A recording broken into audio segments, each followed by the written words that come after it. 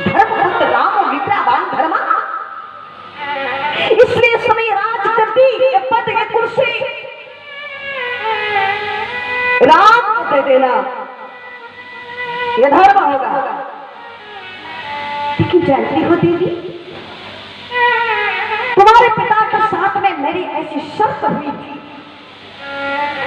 कि अगर मुझे तुम्हारी पुत्री के द्वारा पुत्र की प्राप्ति हुई तो वही राज का उत्तराधिकारी बनेगा, वही राजा बनेगा। ऐसी मेरी शर्त हुई थी। इसलिए इस समय राजा राम को ना बना करके यदि भरत को बना दिया जाए, या गद्दी भरत को सौंप दी जाए तो ये न्याय होगा, ये ज्यादा ठीक होगा। लेकिन मैं डिसीजन नहीं ले रहा, मैं फैसला, मैं कोई निर्णय नहीं कर पा रहा हूं।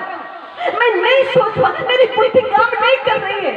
मैं नहीं समझ पा रहा हूं कि मैं क्या करूं। मैं राजा राम को बनाऊं या भरत को बनाऊं, ये गद्दी राम को दूं या मैं भरत को दूं, मैं नहीं समझ पा रहा। महारानी कैकेयी ने कहा हंसते हुए, महाराज, राम में और भरत में मैं तो भेद नहीं करती हूं, पर आपकी बातों को सुनकर के लग रहा है कि आप राम में और भरत में अंतर मानते हैं, भेद करते हैं। तब महाराज दशरथ कहते हैं, नहीं नहीं, राम और भरत में मेरे लिए तो कोई अंतर नहीं। मोरे भरत राम दुइया की सत हो शंकर साथ।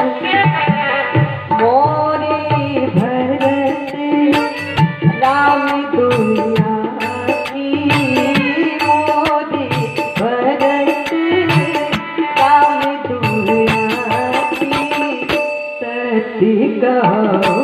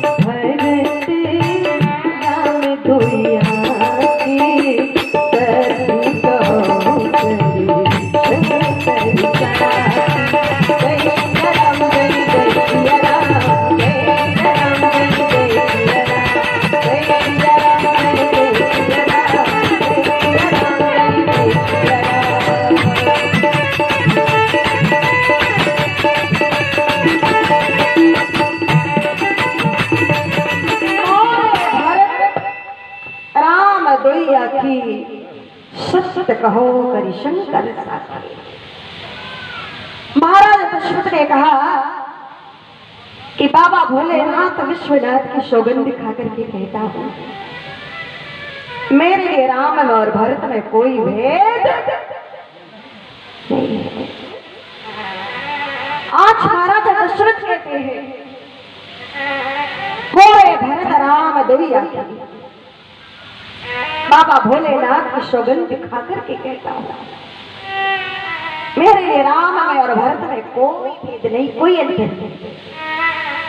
यदि मेरी एक आंख राम है तो दूसरी आंख भरत है, कोई अंतर नहीं।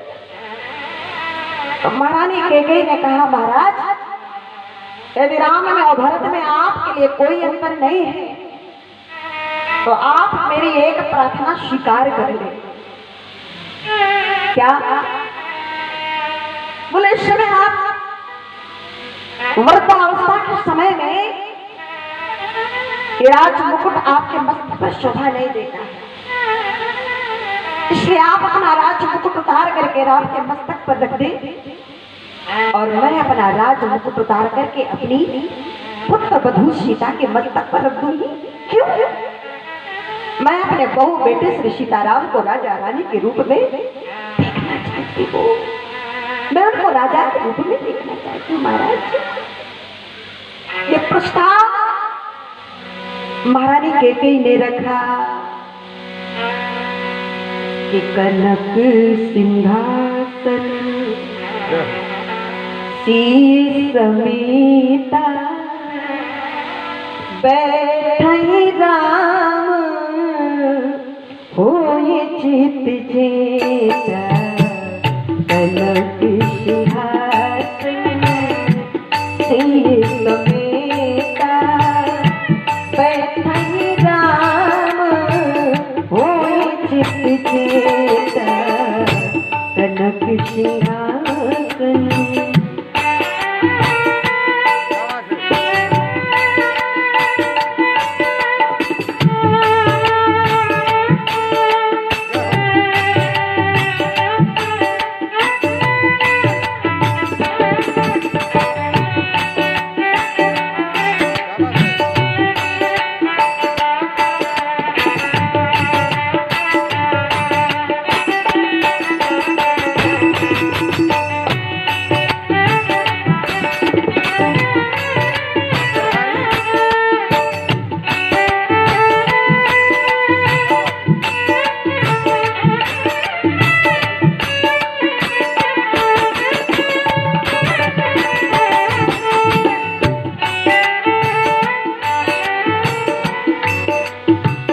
कनक सिंहासन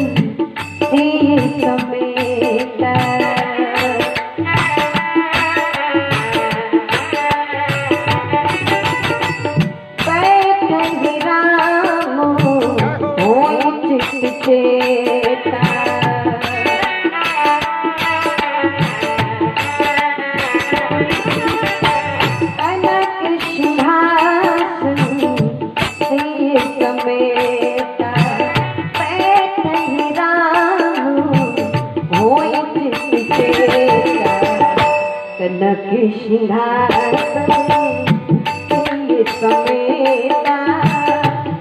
बैठई राम होए चित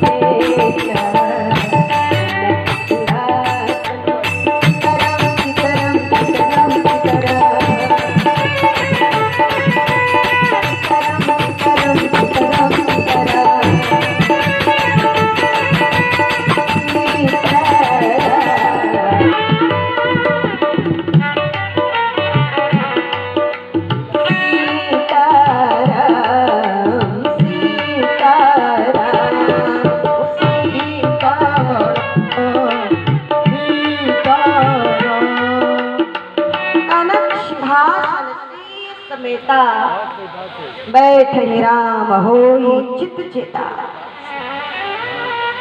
महारानी कैकेयी ने यह प्रस्ताव रखा,